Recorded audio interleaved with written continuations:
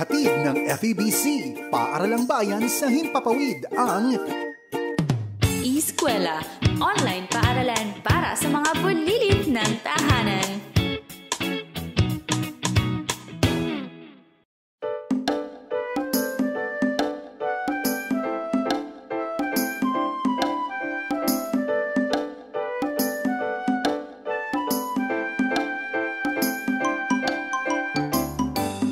Halina, halina, matuto sa eskwela, wika at siyensya.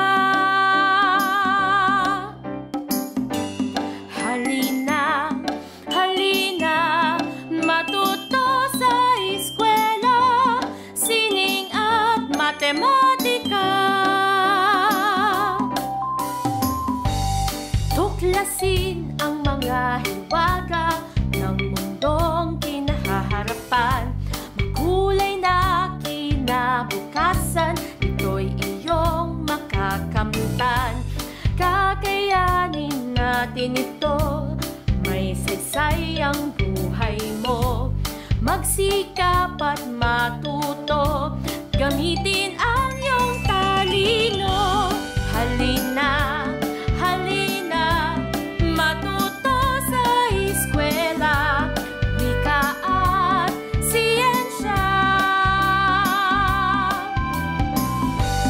Halina, halina, matuto sa eskwela, sining at matematika.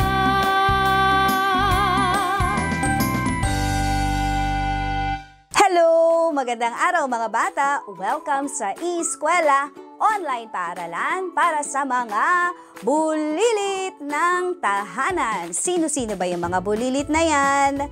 Tama! Kayo ang mga bulilit. At welcome sa ating panibagong lesson ngayong araw na ito. Nakangiti ka ba?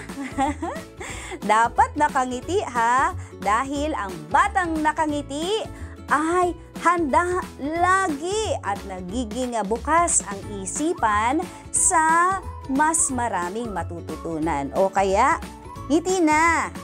Ngiti na. Ayan, very good. At sa ating lesson ngayon, ay dapat i-ready ninyo ang inyong mga sarili. Okay? So bago tayo magsimula, kunin muna ang papel at ang lapis. Kung nandyan na ang lapis at papel ninyo sa inyong tabi, very good yan. Yung mga hindi pa na ilalagay ang lapis at papel sa kani-kanilang mga tabi, bibigyan ko kayo ng kaunting oras. Hihintayin namin kayo.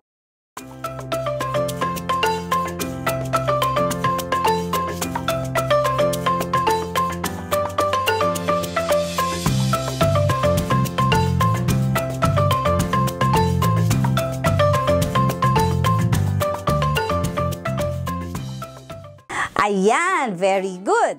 Andyan na ang papel at ang lapis. Okay, pero bago tayo magsimula, meron tayong mga konting exercise. O nag-e-exercise pa ba kayo, mga bata? Baka hindi na kayo nag-e-exercise. Baka mga daliri na lang na e-exercise, kaka-games sa cellphone o kaya sa tablet or sa computer.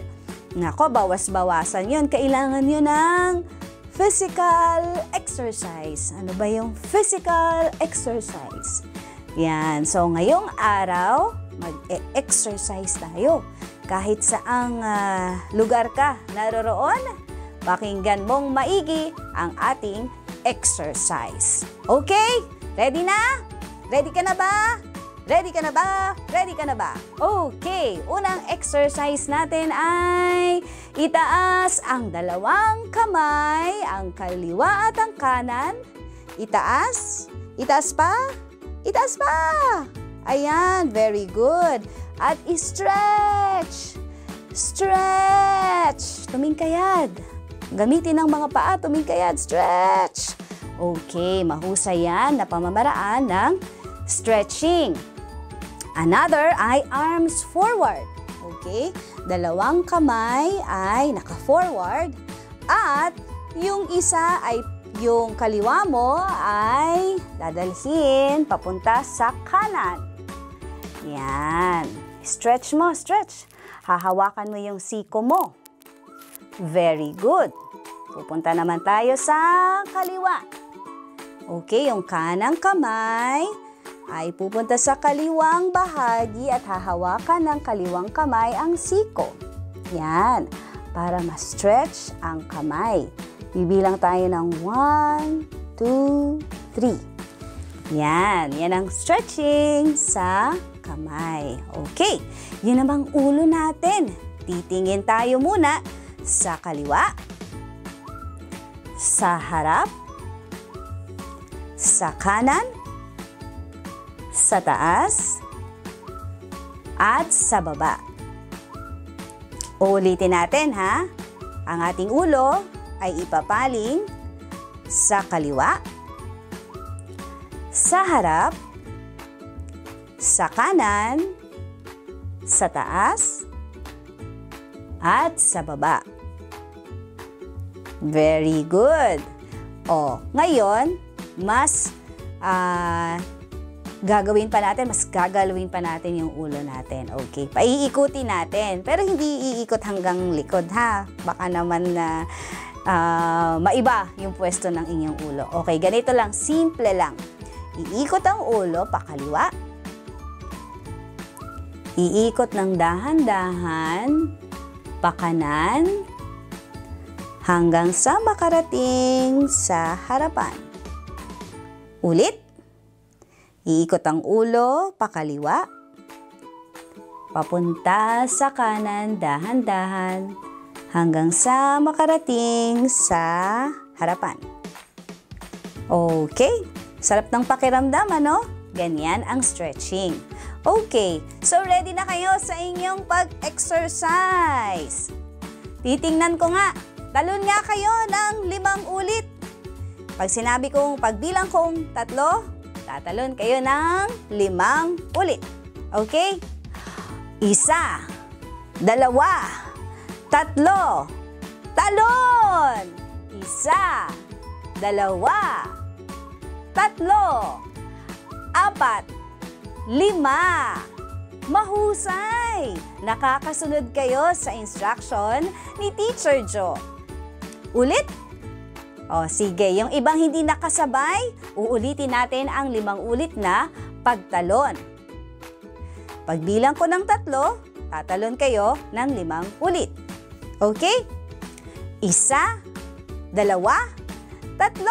talon! 1, 2, 3, 4, 5. Mahusay na mga bata. Ayan. O, diba pinagpawisan kayo ng kaunti? Very good. Okay, ang susunod naman ninyong gagawin ay marcha.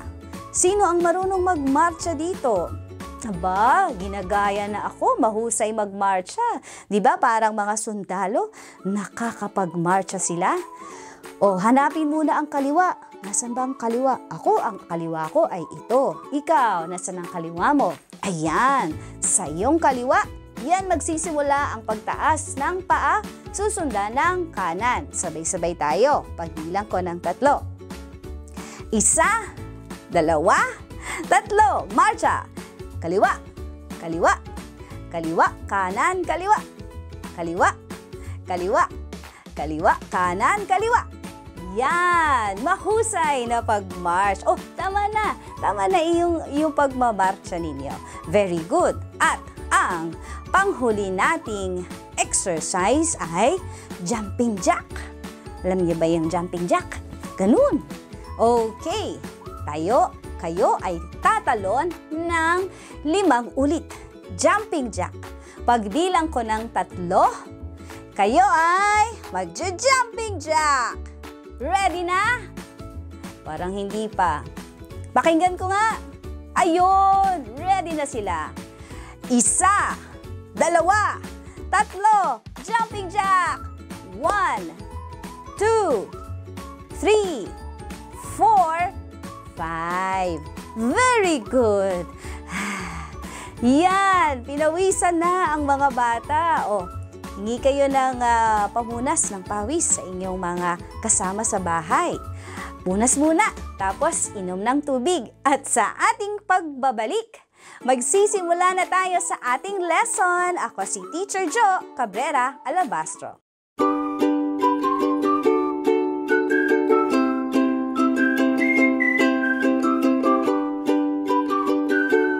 Hello kids! Magandang araw sa inyo! Napakatagal na panahon na kayo ay nasa loob na ng bahay at talagang gustong-gusto nang lumabas. Kaya, kahit nasan man kayo sa Pilipinas, hello sa inyo! Meron akong magandang balita. Dahil alam kong gustong-gusto nyo nang makalabas, sama-sama tayong lalabas! Yes! Tama! Magkakaroon tayo ng online field trip. This time, ang ating pupuntahan ay under the sea. Magkakaroon tayo ng online under the sea adventure! Makakakita tayo ng iba't ibang sea creatures. Kaya kids, tutok lang, focus and observe para sa ating under the sea online adventure trip.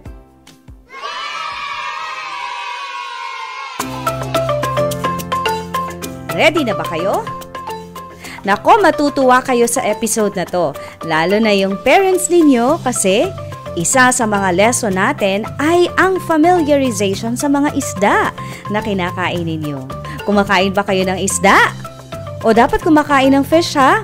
Kasi ito ay mayaman sa vitamin D and protein at mayaman din sa iodine, omega-3 fatty acids, vitamins and minerals na kailangan ng iyong katawan sa paglaki, not just to boost your physical, but also your brain development.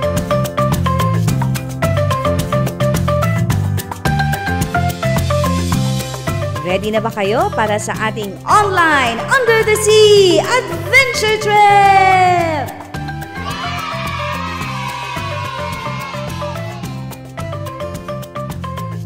Magsisimula tayo sa letter A. A. Alumahan o long-jawed mackerel.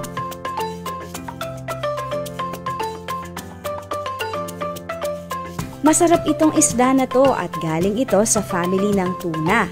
At matatagpuan ang mga ito sa karagatan. Alumahan. Ito naman ang bisugo.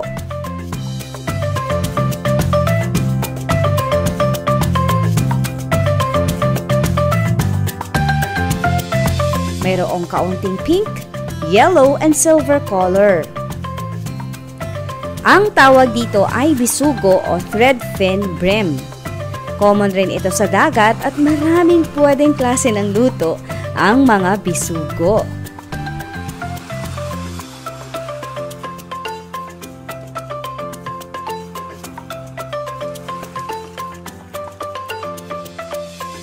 Ito naman, ano ba ang pambansang isda? Alam nyo ba?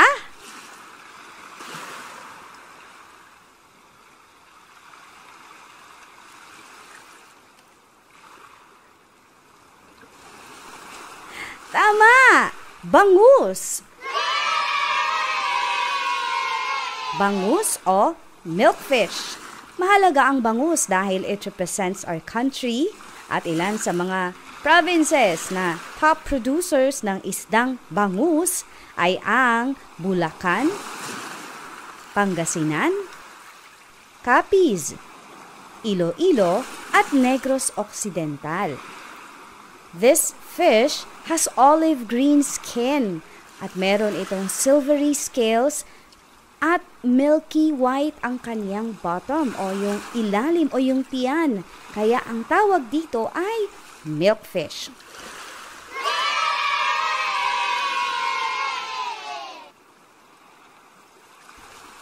Ano naman kaya itong reddish na isda at mukhang masarap?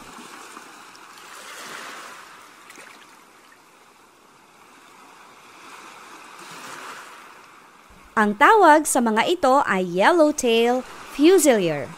Inihahantulad ito sa mga dalagang Filipina sa lalawigan noong araw na parang mga nakasuot ng pulang palda. Kaya ang tawag sa mga isdang ito ay dalagang bukid. Kumakain ba kayo niyan?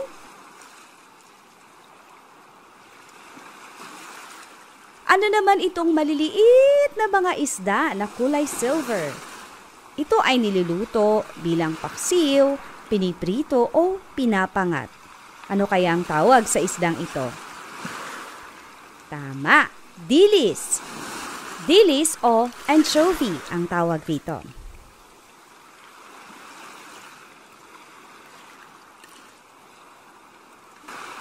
Ito naman ay extremely popular sa Pilipinas ang mga isdang ito dahil isa ito sa pinakamurang isda pero malasa.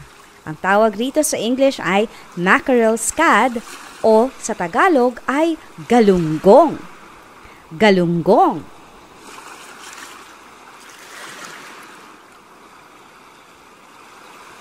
Ano naman kaya itong mga isda na ito? Mayroong pula, mayroong itim.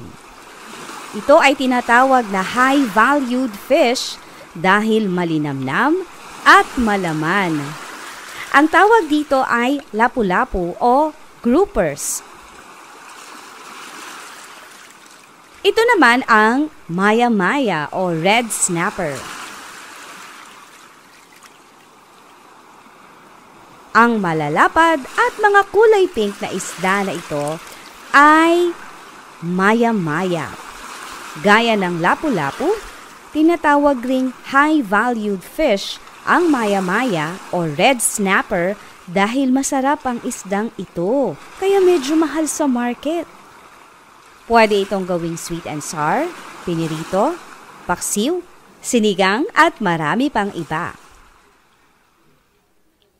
Itong maliliit na silvery at yellow ang kulay, ang tawag sa mga isdang ito ay salay-salay o yellowtail scad. Ito naman ang sapsap. Medyo kamukha ng salay-salay, pero ito ay mas maliliit at bilugang isda at kulay puti at silver. Ang mga sapsap ay halos sinlaki lang ng palad nyo, kids. Kumakain ba kayo ng sapsap? Sapsap na kay sarap. O, di ba? Rhyme. Ano naman kaya ang tawag sa mga isdang may natural na yellow na guhit sa gitna ng kanilang kaliskis? Ang tawag diyan ay salmonete. Masarap ito sa paksiw o kaya sinigang.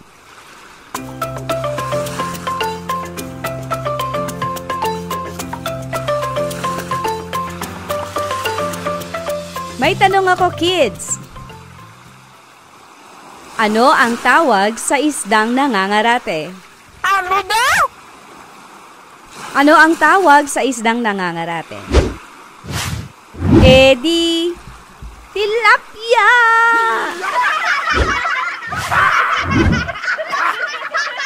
Oh, di ba? Tilapia.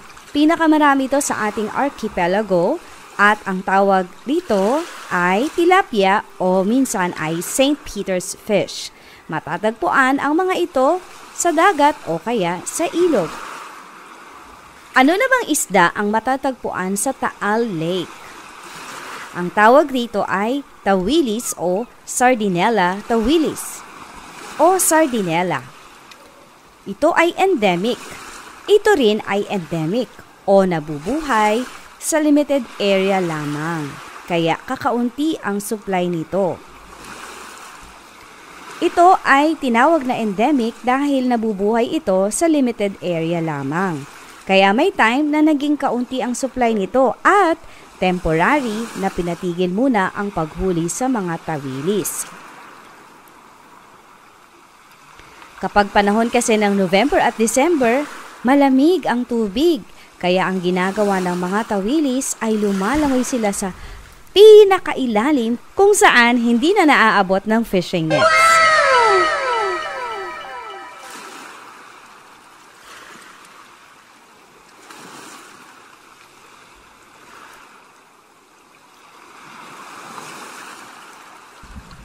Ito naman ang tuna o yellowfin tuna. Ito ang malalaking isda na silver ang kulay. Mayaman din ang ating karagatan sa mga isdang ito.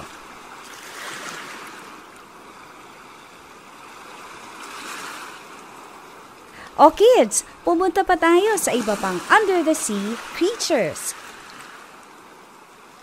Wow!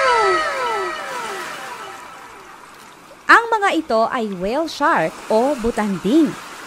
Alam mo bang ang whale shark ay hindi talaga whale? Kung hindi isda. Sila ay galing sa species ng world's largest fish at humahaba ng hanggang 12 meters long o singhaba ng 3-story building. Ang whale shark ay ikalawa sa largest known whale population in the world. Alam mo bang ang mouth ng whale shark ay mayroong over 300 rows of tiny teeth? Kayo ba, ilan ba ang tiny teeth ninyo? Pero huwag kayong mag-alala, kids, kasi hindi sila kumakain ng human. Kumakain ang mga ito ng mga shrimp, algae, plant, sa ilalim ng tubig at iba pang small fishes. Tinawag rin silang gentle giants dahil bagamat sila ay whale shark, sila ay very slow swimmers at movers. Pero kahit na very slow mover sila, nakaka-travel sila sa malayong lugar.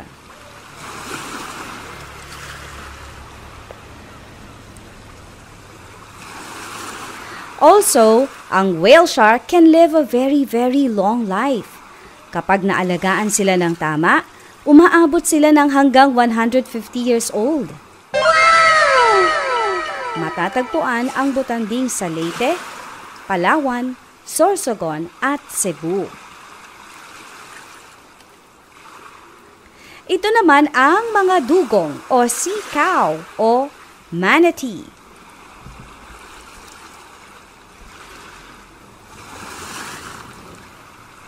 Sila ay large marine mammal na may egg-shaped head, may flippers at flat ang tail. Herbivore ang mga dugong. Kumakain sila ng 25 kilos ng seagrass every day. At tinawag silang sea cow kasi para silang baka, kalalaki. Malaki ang frame, ang katawan ng mga dugong. Yan ang isa sa extraordinary marine creatures na makikita sa ilalim ng karagatan. Kaya lang, unti-unti nang nauubos ang lahi ng mga dugong. O ang tawag sa kanila ay critically endangered dahil malapit nang maubos ang lahi ng mga dugong kasi hinuhuli ang mga ito para gawing pagkain at yung oil sa katawan ng dugong ay ginagamit din. Kaya may ginagawa ang ilang mga organization sa Palawan para i-preserve at ingatan ang mga dugong o sea cow.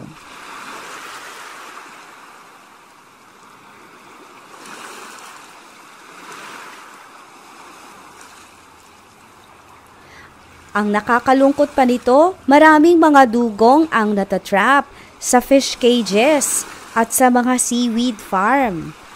Kaya malaking tulong na maging maayos ang marine ecosystem para mabuhay sila ng maayos at dumami ang kanilang lahi. Ito naman ang crabs. Kamag-anak ng crabs ang shrimp and lobster. Ang crabs o alimasag ay very distinct dahil patagilid sila kung lumakad. Mas mabilis kasing maglakad ng sideways ang mga crab kumpara kung sila ay maglalakad ng pa-forward. Also, crabs are omnivores or they both eat plants and animals. Pero, pinakamadalas silang kainin ay mga algae at organic non-living materials. Alam mo bang merong 7,000 na species ng crab na matatagpuan sa oceans around the world? At dito sa atin, sa Pilipinas, ilan sa mga sikat na crab ay ang alimango o mud crabs. Ito yung malalaki na size na crab at masasarap. Kulay itim ang mga balat nito bago iluto, pero kapag naluto na ay nagiging orange. Meron pa! Kilala rin tayo sa crab na kung tawagin ay cucaracha o spanner crab o red frog crab. Ito ay malalaking crab na kulay pula, lalong-lalo na kapag ito ay luto na. Tinawag na cucaracha ang spanner crabs mula sa salitang Chavacano na cockroach, dahil mukha raw cockroach o ipis ang mga sea creature na ito. At common ito sa bodies of water sa Sulu Province at sa Zamboanga sa Mindanao. Dito naman sa Luzon, ito ay mayroon sa Bataan Province. At sa Tagalog, ang tawag sa cucaracha ay ipis dagat. Dahil dyan, may naalala kong isang kanta. Kumanta nga muna tayo bago natin ituloy ang ating online field trip.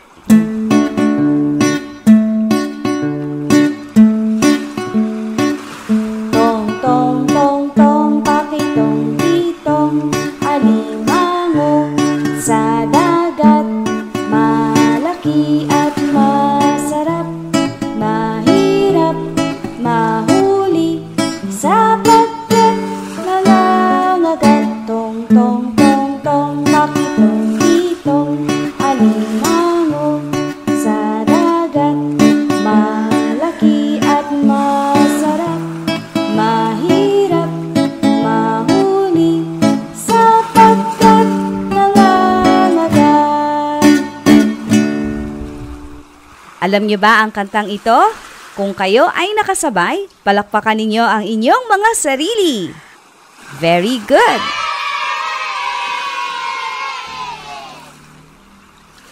Pinakahuli na makikita natin sa ating ocean adventure ay ang turtles o pagong. Sila ay classified as aquatic, semi-aquatic, or semi-terrestrial.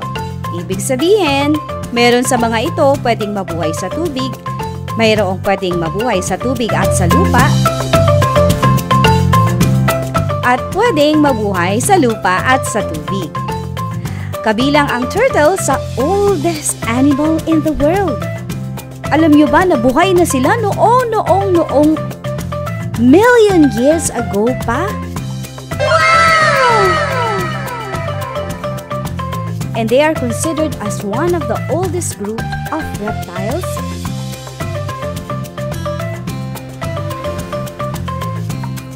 And as pets, some turtles can live from 10 years to 150 years. Imagine that!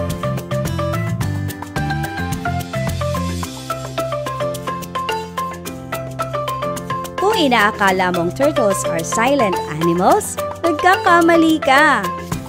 Because turtles can make range of noises. Depende sa kanilang species. At dito sa atin sa Pilipinas, ang pawikan ay abundant o marami sa Philippine Seas.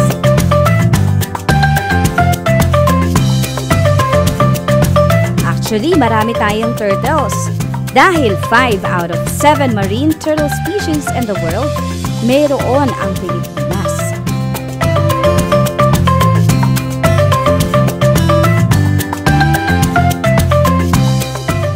Ganyan nilikha ng Diyos ang Pilipinas. Marami tayong mga likas na yaman. At kung hindi natin ito aalagaan ng tama, ang mga ito ay mawawala.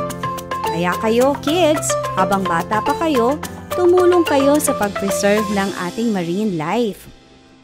Teacher, paano ko po mape-preserve ang marine life? Wala naman po kami sa dagat. Nakatira po kami sa city.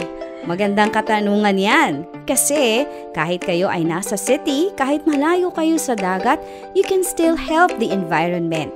Ano-anong mga paraan? Pick up your trash. Huwag magkakalat. Huwag kung saan-saan itatapon ang basura. Reduce, reuse, and recycle plastic. Also, conserve water. Pag naligo, yung sapat lang na tubig ang gagamitin. Pag-iinom ng tubig, kukuha ng tubig sa baso, uubusin mo yon para hindi nasasayang ang tubig. Also, you can use environmental-friendly products. Be an ocean-friendly pet owner and get involved. Okay, kids?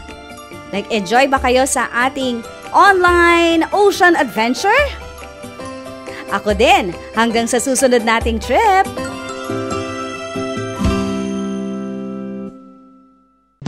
Eskwela, online paaralan para sa mga bulilit ng tahanan.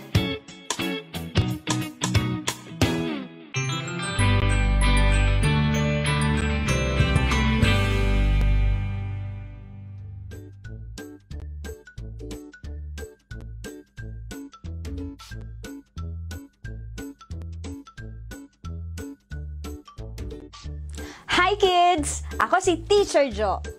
Nakakita na ba kayo ng malaking boat? Yung malaking boat? Sino na ang nakasakay dito sa boat? Taas ang kamay! Sa panaginip nakasakay? Aba, ako din si Teacher Jo. Teacher Jo ako ang pangalan ko. Hindi pa rin ako nakasakay sa malaking boat. Kagaya mo, kagaya nung isa dyan na nagtaas ng kamay. Ang kwento natin is not just about boat. Ang kwento natin is all about Noah. Si Noah ay isa sa mga Bible character na kinilala bilang hero of faith. Mataas yung tiwala niya kay Lord. Malaki ang trust niya sa ating Diyos. Alam mo ba, thousands of years ago, nung panahon ni Noah, hindi pa buhay ang mami at daddy nyo, lolo't lola nyo. Malayong taon pa ang nangyari. Laganap ang kasamaan ng tao at ang katigasan ng kanilang mga ulo. Kaya nagalit ang Diyos. Sabi niya, Noah, gugunawin ko na ang mundo.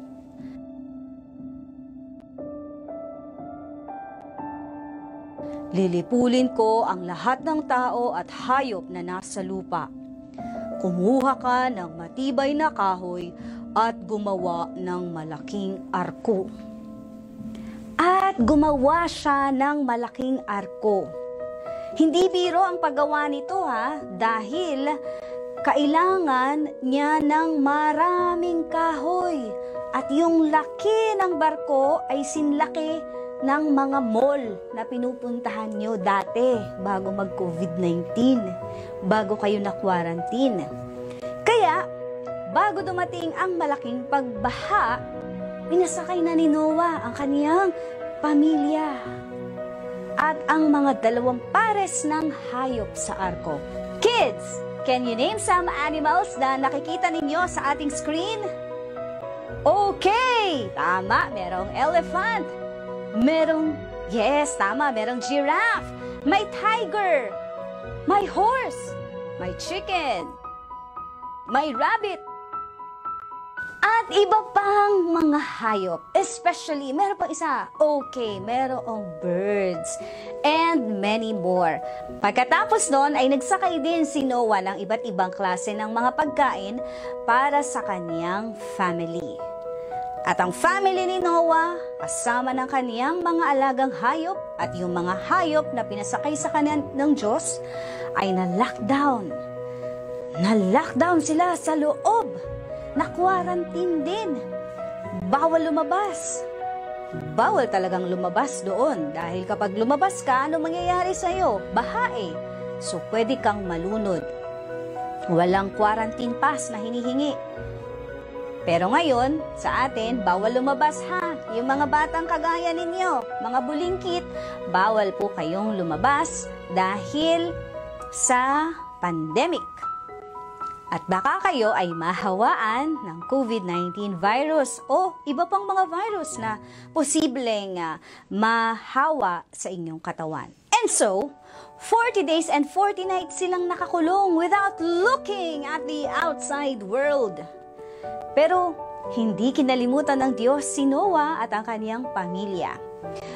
At nagpadala ang Diyos ng malakas na hangin at unti-unting bumaba ang tubig.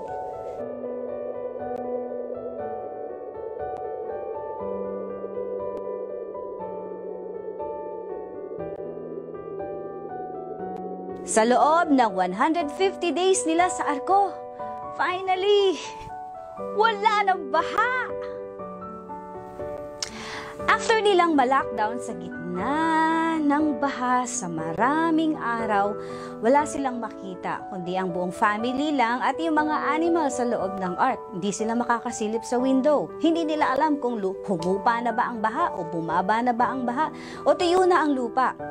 Imagine nyo na lang kung gaano kasaya si Noah at ang kaniyang pamilya nang sila ay lumabas ng arko. At nagpasalamat ang buong pamilya ni Noah sa Diyos nang sila ay makalabas ng arko at muling makita at mabuhay sa mundo. Naligtas si Noah at ang kaniyang pamilya at lahat ng hayop na dinala niya sa arko.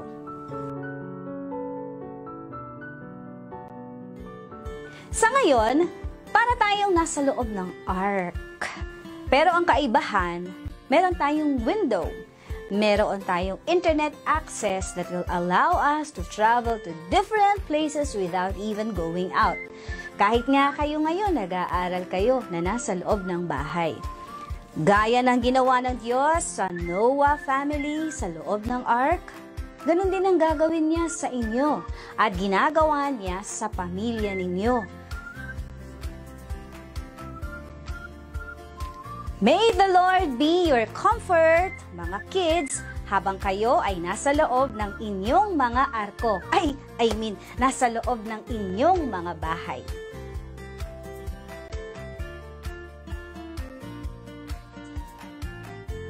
Hanggang dito na muna. Ako po si Teacher Jo Alabastro at magtutuloy na ng lesson ang ating teacher o i-ready nyo na ulit ang inyong mga sarili.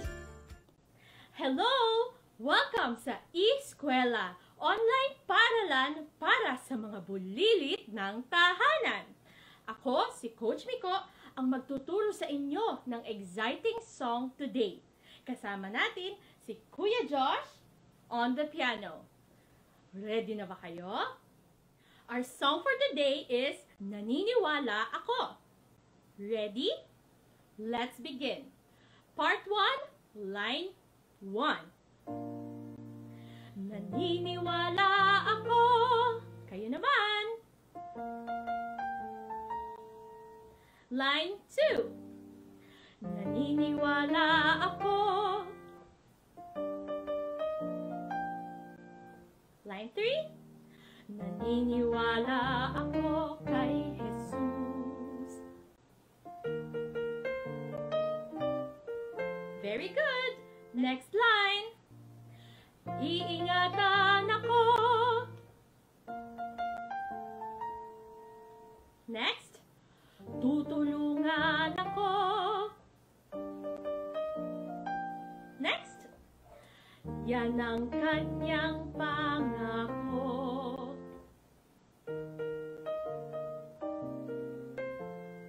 Very good. Now, let's sing it from the top. The entire part 1.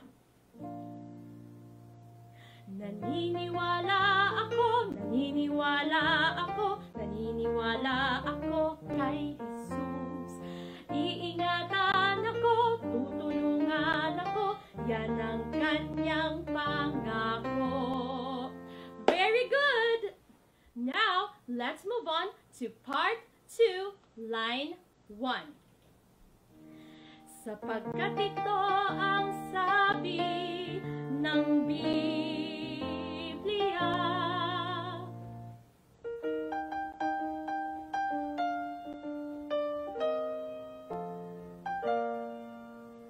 Next.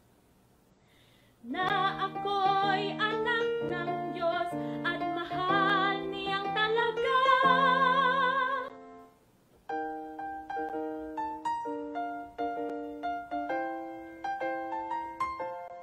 Very good. Now, let's sing the entire part 2. Sapagkat ito ang sabi ng Biblia, na ako'y anak ng Diyos at mahal niyang talaga. Very good. Now, let's sing the song from the top. Ready? Let's go. go!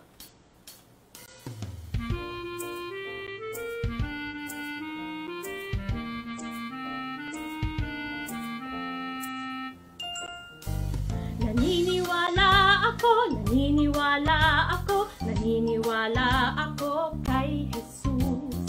Iingatan ako, tutulungan ako, yan ang kanyang pangako. Sapagkat ito ang sabi ng Biblia, na ako'y anak ng Diyos at mahal niyang talaga. Naniniwala ako kay Jesus. Iingatan ako, tutulungan ako, yan ang kanyang pangako.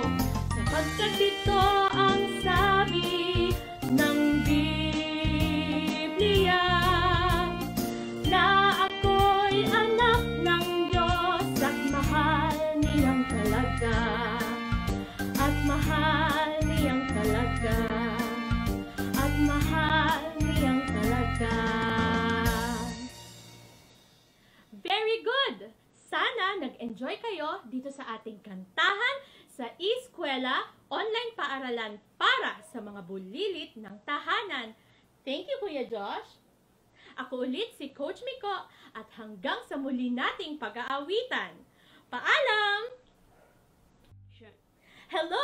Welcome back sa Eskwela Online Paaralan para sa mga bulilit ng tahanan. Ako ulit si Coach Miko, kasama ang ating pianist si Kuya Josh. Are you ready to sing today? Okay, before we sing our song today, let's do a little bit of vocal warm-ups. Are you ready? Sing with me. 1, 2, 3, 2, 1. Let's go higher. 1, 2, 3, 2, 1. And higher. 1, 2, 3, 2, 1. Let's go higher. 1, 2, 3, 2, 1. Last one. 1, 2, 3, 2, 1. Let's go lower. 1, 2, 3, 2, 1. 1, 2, 3, 2, 1. 1, 2, 3, 2, 1, and lower. 1, 2, 3, 2, 1. Action. Very good! Now that we're done with our warm-ups, let's sing our song, He's Got the Whole World in His Hands. We have 4 lines to sing today. Let's sing. He's got the whole world in His hands. Your turn.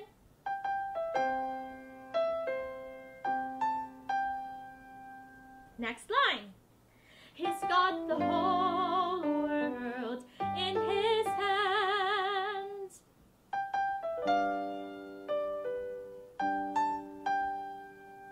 Third line. He's got the whole world in His hands.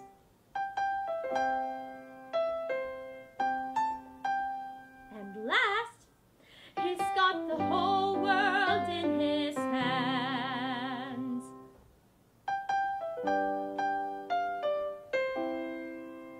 Very good! That was short and easy, right? Now, it's time to sing from the top. Let's go!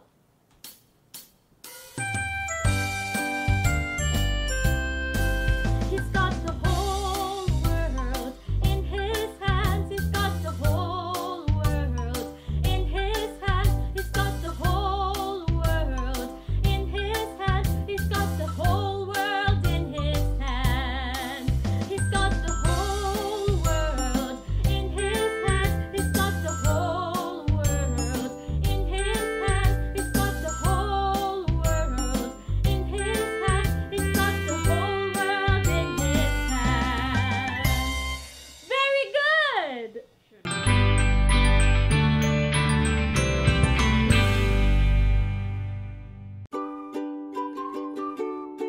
Hey kids! Are you familiar with rhyming words? Words that are formed by combining the letters of the alphabet. It is important to remember that the English alphabet is composed of 26 letters with 5 vowels and 21 consonants. 5 vowels and 21 consonants. By combining some of these letters, words may be formed.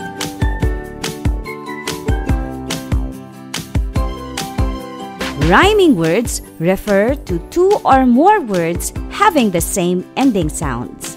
These rhyming words are very common in songs, poems, and nursery rhymes. Here are the examples.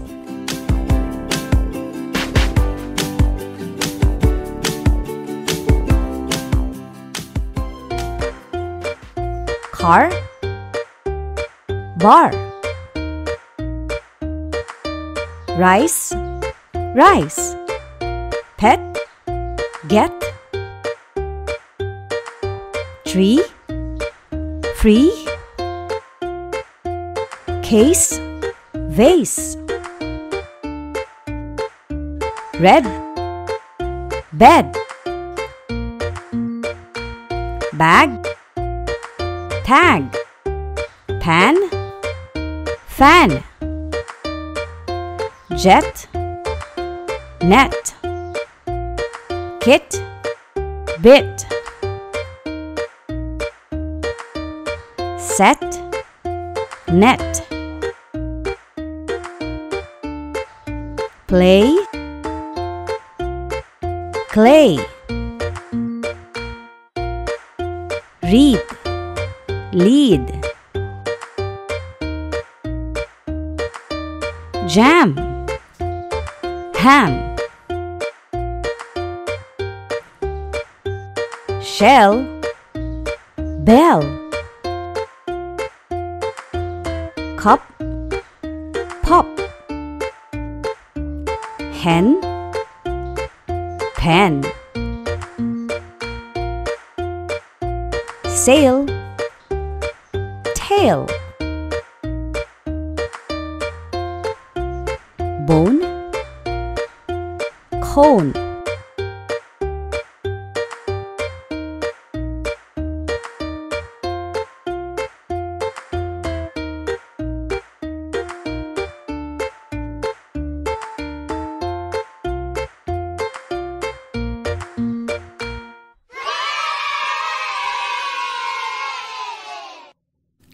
Identify the rhyming words in the nursery rhyme below. This time, you will be needing your notebooks and pens. Write your answers in your notebook. Identify the rhyming words in the nursery rhyme below. Hickory dickory dock. Hickory dickory dock. The mouse ran up the clock. The clock struck 1. The mouse ran down. Again, hickory dickory dock. The mouse ran up the clock. The clock struck 1. The mouse ran down. What are the rhyming words in the nursery rhyme Hickory Dickory Dock? Hickory dickory dock. The mouse ran up the clock. The clock struck 1. The mouse ran down. If your answers are hickory dickory, you are correct. How about duck and clock? Duck and clock. Do they rhyme?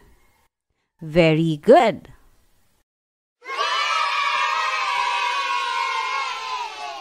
So the rhyming words in hickory dickory dock are hickory and dickory, duck and clock.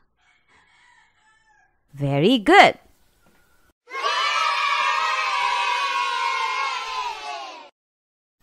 How about trying these nursery rhymes? Select from the given choices. Write your answers in your notebook.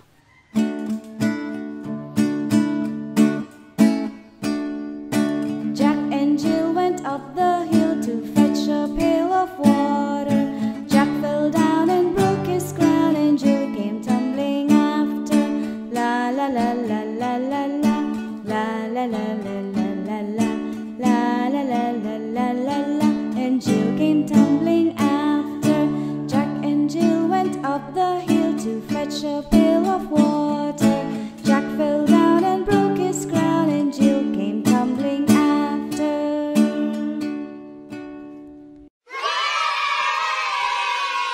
Jack and Jill went up the letter A, hill, or letter B, stairs. Jack and Jill went up the letter A, hill, or letter B, stairs. Letter A, hill. Very good.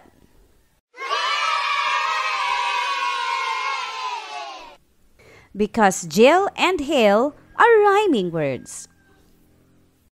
How about this one? Twinkle, twinkle, little star. How I wonder what you, letter A, where, or letter B, are. Twinkle, twinkle, little star. How I wonder what you are. Very good. Because star and are rhyming words. Very good.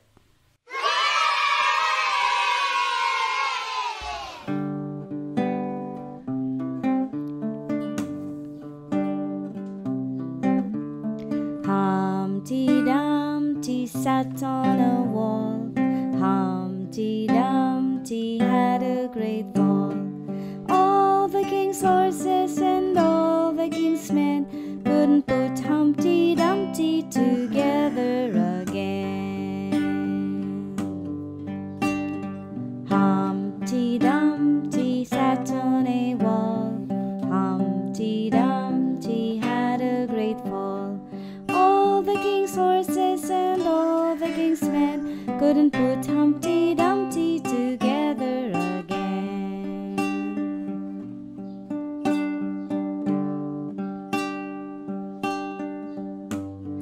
Humpty Dumpty sat on a wall. Humpty Dumpty had a great fall. All the king's horses and all the king's men couldn't put Humpty Dumpty together again.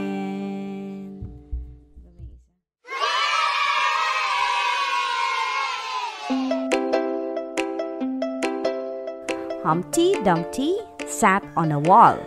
Humpty Dumpty had a great, letter A, fall, or letter B, sleep. Letter A, fall, or letter B, sleep.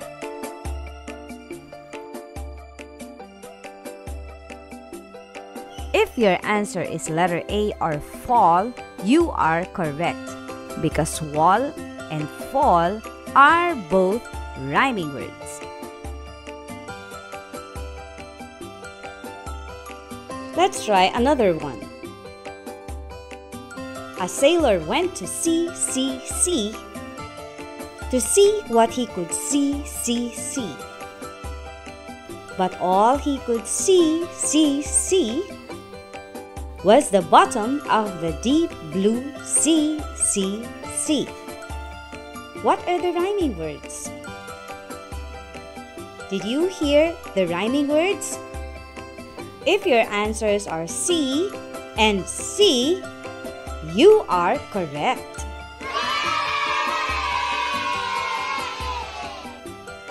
How about this one?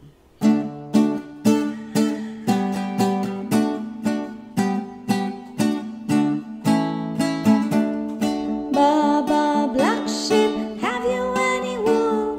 Yes sir, 3 bags full. One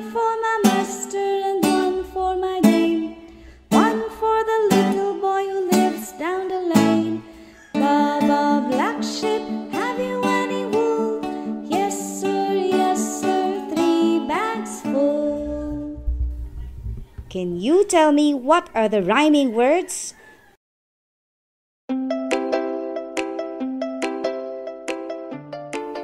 If your answers are wool and full, you are correct. Very good.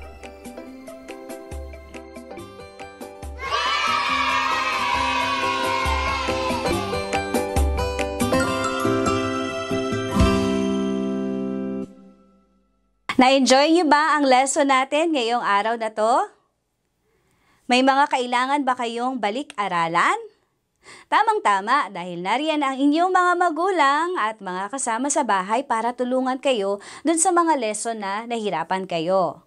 At dun sa mga lesson na gusto rin ninyong balikan, pwede ninyong bisitahin ang Facebook page ng Exemplars o kaya naman ng FEBC Radio TV para hanapin yung mga video ng e-eskwela kung saan pwede rin ninyong mapanood para makaka-catch up kayo mga bata sa inyong mga lesson. Ang e-eskwela, online paaralan para sa bulilit ng tahanan ay tumutulong para mas mapadali ang pag-aaral lalong-lalo na kayo mga bata habang nasa tahanan pa.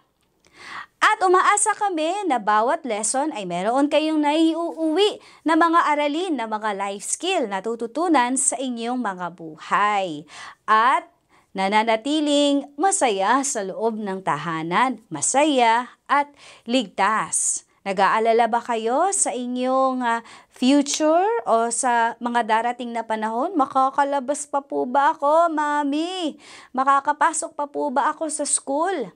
Aba, yan ang pangarap ng marami sa atin, lalong-lalo na yung mga doktor at mga nasa pamahalaan. Kaya, kids, lagi natin silang isasama sa prayers natin, ha? Dahil sila ay abalang-abala. Kagaya ninyo, nag-aaral din sila kung paano tayo matutulungan at kung paano malalabanan ng ating katawan ang mga virus na nananatili dito sa ating bansa, lalong-lalo na ang COVID-19. And so, dapat din kayong makipag-cooperate o sumunod sa payo ng mga magulang. Kapag sinabi na matulog ng maaga, huwag magpupuyat dahil ang pagpupuyat ay nakakababa ng resistensya ng katawan, lalong-lalo na kayong mga bata. Okay, so matulog ng maaga, kumpletong oras, 8 hours, kumain ng wastong pagkain. Mga pagkain na malulusog, mga pagkain gulay, karne, gatas, at iwasan o kaya'y bawasan ang pagkaing maaalat at matatamis. Kailangan kasi nating ingatan ang ating mga sarili habang tayo'y nasa bahay at magpalakas. Dahil yan ang lalaban para sa mga sakit na pwedeng dumapo sa inyong mga katawan. At syempre, paalaala sa Matthew 6:10, Your kingdom come, your will be done on earth as it is in heaven. Again, your kingdom come, your will be done on earth as it is in heaven. Nananatiling makapangyarihan ang ating Panginoon kahit na meron pa rin COVID-19 sa buong mundo. Mas malakas ang kapangyarihan ng Diyos para kayo ay protektahan, kaya huwag matatakot at huwag malulungkot dahil meron tayong Diyos na lagi nating pinagkakatiwalaan. Ako si Teacher Jo Cabrera Alabastro, ang inyong teacher dito sa e-eskwela, online paaralan para sa mga bulilit ng tahanan. Stay safe and God bless you. E-eskwela, online paaralan para sa mga bulilit ng tahanan.